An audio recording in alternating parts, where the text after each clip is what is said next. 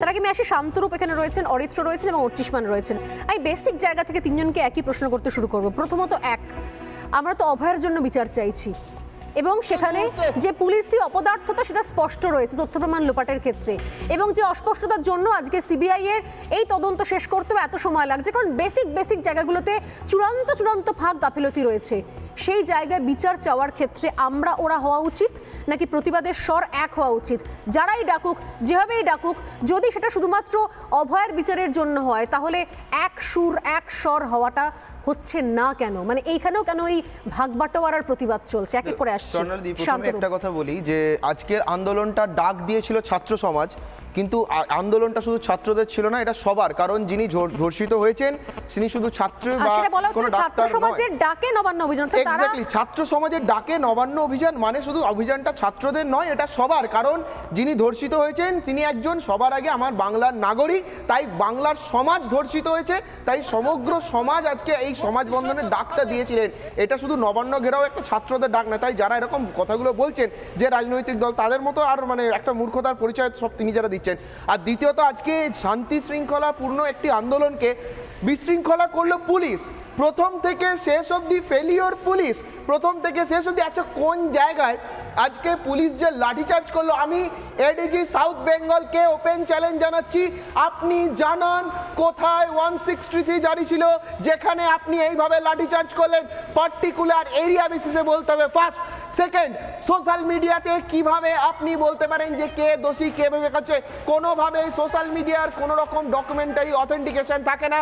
একজন আইপিএস এর র্যাঙ্কের কি এটা জানা নেই? থার্ড, পুলিশ ওখানে ইনস্ট্যান্ট ঘোষণা করছে আমি এই জনতাকে এখন একটা আইন বিরোধী ঘোষণা করলাম। এটা কি আপনার বাবার সম্পত্তি পশ্চিমবাংলাটা? পুলিশ যেখানে সেখানে আইন বিরোধী আইন, কারণ কোর্টের পেপার, পুলিশের এগেনস্টে কেস করা উচিত, সাধারণ জনস্বার্থ মামলা হবে। পুলিশ যেখানে সেখানে যখন তখন যা খুশি একটা ঘোষণা করে দিচ্ছে, যেন মামার বাড়ির আবদার করে ফেলেছে।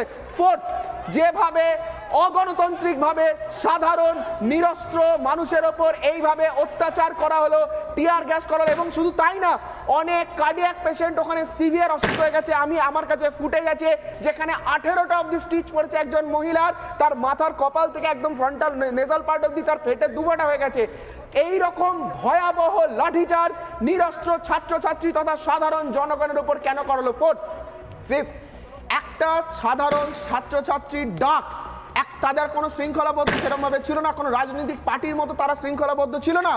তাদেরকে যদি সামলাতে পুলিশেরা হিমশিম খেয়ে যায়, আবার পশ্চিমবঙ্গ পুলিশ যে কতটা ব্যর্থ আজকের দিনে এটা পুনরায় প্রমাণিত হয়ে গেল। Last but not the least, যেভাবে আমরা বাংলাদেশে দেখেছিলাম যে বাংলাদেশের প্রধানমন্ত্রীকে পালিয়ে যেতে হচ্ছে, আর তার জলজান্ত উদাহরণ আজকে আমরা দেখলাম। পশ্চিমবাংলার মুখ্যমন্ত্রীকে টিকিটই দেখা গেল না, পেছন দরজা দিয়ে নবান্নে ঢুকছে, আর এই পার্টি রিপ্রেজেন্টেটিভের কাজ করছে সাউথ বেঙ্গল এডিজি। এর থেকে নিন্দনীয় ঘটনা হতে পারে না, যেখানে পুলিশ আর working as a party representative, they are not doing their job. যারা ভুলে গেছে যে তারা পাবলিক রিপ্রেজেন্টেটিভ, তারা এখন পলিটিক্যাল রিপ্রেজেন্টেটিভ মতো কাজ করছে। এটা চরম দুর্ভাগ্যজনক ঘটনা। এবং শুধু তাই না, আগামী দিন যদি মনে করে থাকেন 27 তারিখটা শেষ, তাহলে মমতা বন্দ্যোপাধ্যায়কে গদিচ্যুত করার জন্য এখন গোটা বাংলা রাস্তায় নেমেছে। আগে দেখো হোতা হে ক্যা, এখনো খেলা অনেক বাকি। না, আমি কিছুক্ষণ আগে দেখাচ্ছিলাম দুটো বিষয়। আমি গতকাল একজনকে জিজ্ঞাসা করছিলাম যে আপনার তো বয়স 50-এর ওপর, আপনি তো ছাত্র নন কোনো দিক থেকে, আপনি ছাত্র সমাজের ডাকে তাহলে কেন যাবেন? উনি বলেন ছাত্র সমাজ কখনোই বলেনি যে ছাত্রদের জন্য, ছাত্ররা মিলে যাবে এখানে, তাদের ডাকে আমরা যাবো। কারণ আমি অভিভাবক, আমার বাড়িতে একটা মেয়ে আছে, সেও বড় হচ্ছে, সেও আজ বাদে কাল কলেজে যাবে, এবং আমার আশা সেও ডাক্তার ইঞ্জিনিয়ার হবে। আমি যাব বাবা হিসেবে যাব। আমি এখানে অনেক বয়সের ছেলেমেয়েদের দেখেছি। আমি অরিত্রর কাছে আসছি। অরিত্র, দুটো চেহারা, দুজনের চেহারা, মুখ এক। মিছিলের শুরুর দিকে, মানে শুরুর সময় যখন এই নবান্ন অভিযান শুরু হয়, তখন একটা দুটো মিছিলের শেষের দিকে অর্জুন সিংকে দেখতে পাওয়া গিয়েছিল। আর নাম্বার 2, কামদুনি প্রতিবাদী টুম্পা কয়ালকে দেখতে পাওয়া গেছে মিছিলের একদম যখন শেষ লগ্নে, সেই সময়। হ্যাঁ, কামদুনি কাণ্ডে প্রতিবাদী, শুরুতেই বললাম কামদুনি কাণ্ডের প্রতিবাদী। এর বাইরে এই যে সোশ্যাল মিডিয়া জুড়ে যে সারাক্ষণ ধরে বলা হলো বিজেপি তো সমর্থন করছে, বিজেপি সমর্থন তারা চেয়েছে, তারা বিজেপি সমর্থন করছে। আর সত্যি তো এটা বড় পার্টির সমর্থন না হলে কোনো জিনিস এইভাবে আন্দোলন হয় বা কি করে সম্ভব? হাজার একটা লিগাল জায়গা থাকে। এই যে ধরে নিয়ে চলে গেছে সবাইকে লালবাজারে কাঁড়ি লোককে, কিন্তু এই আমি আবারও ছবি দেখাচ্ছি চরিত্র, যেভাবে কোথাও ব্যারিকেডগুলো, এই ব্যারিকেডে মনে থাকবে যখন সত্যি সত্যি বিজেপির নবান্ন অভিযান হয় বা সিপিএম এর কোনো অভিযান হয়, এর থেকে কম করে 4-5 গুণ বেশি লোক রাস্তায় থাকে। এই যৎসামান্য লোক, এত ব্যঙ্গ বিদ্রুপ, তারপরও পুলিশি ব্যর্থতা কিসের জন্য? দেখুন, প্রথমেই কোটি কোটি মানুষ আমাকে শুনছেন, আমি মার্জনা চেয়ে নিচ্ছি যে আমি নিজেও প্রাথমিকভাবে এই আন্দোলনের যে মোটিভ, তার পিছনের পলিটিক্যাল ইন্টেনশন, এই নিয়ে বিভিন্ন সমালোচনামূলক লেখা লিখেছি। আমি লিখেছি যে ছাত্রদের নাম করে কিছু সাদা চুলদাড়িওয়ালা লোকজন, তাদেরকে আমরা দেখতে পাচ্ছি, কিন্তু সত্যি আজকে এইখানে দাঁড়িয়ে এই ছবিগুলো দেখে তারা বিজেপির সমর্থক না সিপিএমের সমর্থক না তৃণমূলের সমর্থক, সেটা আমাদের কাছে ইমমেটেরিয়াল। আজকে আমি পরাজিত হয়েছি, আজকে আপনারা জিতেছেন, সেই সমস্ত মানুষ জিতেছে। আপনারা গণতান্ত্রিকভাবে আমাকে উত্তরটা দিয়েছেন যে কোনো রকম রাজনৈতিক মুখ ছাড়া, নেতা ছাড়া, পতাকা ছাড়া, শুধুমাত্র দেশের পতাকা নিয়ে যেভাবে লক্ষ লক্ষ মানুষ আজকে ময়দানে নেমেছেন, ত্রিস্তরীয় ব্যারিকেড করতে হয়েছে, সকাল থেকে জলকামান বার করতে হয়েছে, টিয়ার গ্যাস নিয়ে র্যাফকে নামাতে হয়েছে, সেইখানে আমরা যারা ঠান্ডা ঘরে বসে ফেসবুকে লিখি, টুইটারে লিখি, প্রতিবাদ জানাই, আমরা পরাজিত হয়েছি। আপনারা জিতেছেন, আপনারা আমাদের দেশের নায়ক, আপনারা আমাদের দেশের লিডার। আমরা সত্যি বিগ জিরো, সেটা আজকে যারা ওইখানে বসে ওইখানে জলকামানের মুখে দাঁড়িয়ে জাতীয় পতাকাটা ওড়াচ্ছেন, তারা প্রমাণ করে দিচ্ছেন যে আমরা হেরে গেছি।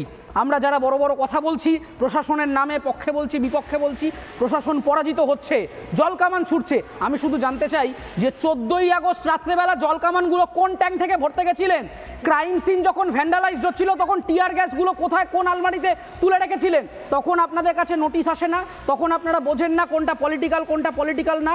আজকে এই যে ঘটনাটা ঘটেছে, এখানে আপনারা দেখতে পাচ্ছেন যে একটা আনঅর্গানাইজ মুভমেন্ট। কেন ভয় পাচ্ছে পুলিশ?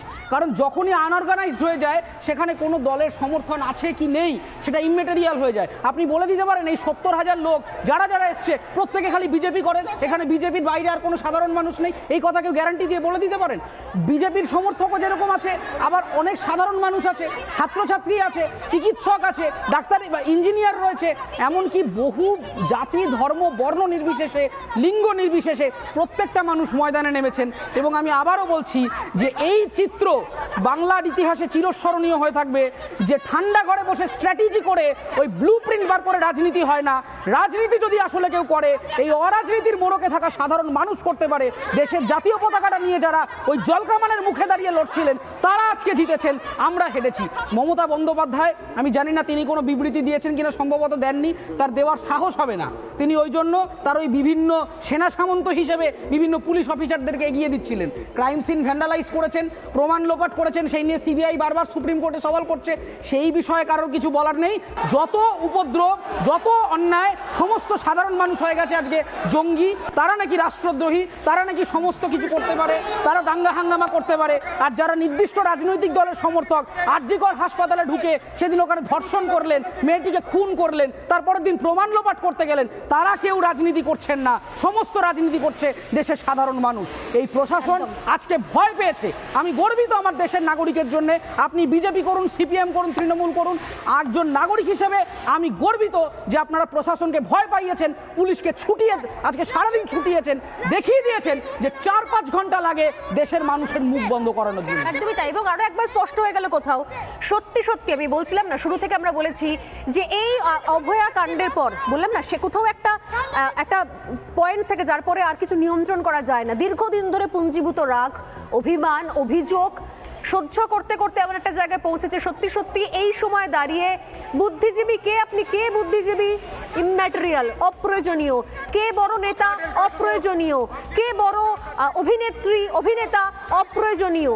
কে বড় কবি, অপ্রয়োজনীয়, কারুর দরকার পড়ছে না। এই সময় দাঁড়িয়ে সত্যি সত্যি বোধহয় আসল নেতা হচ্ছে সোশ্যাল মিডিয়া, যারা প্রত্যেক সময়তে মানুষের রাগ দুঃখগুলো তাদের প্ল্যাটফর্মে দেখছে, ওয়ালে দেখছে, সেটাকে শেয়ার করছে, বিশ্বাস করছে, রাস্তায় নামছে। আর এর থেকে বড় কিছু হতে পারে না।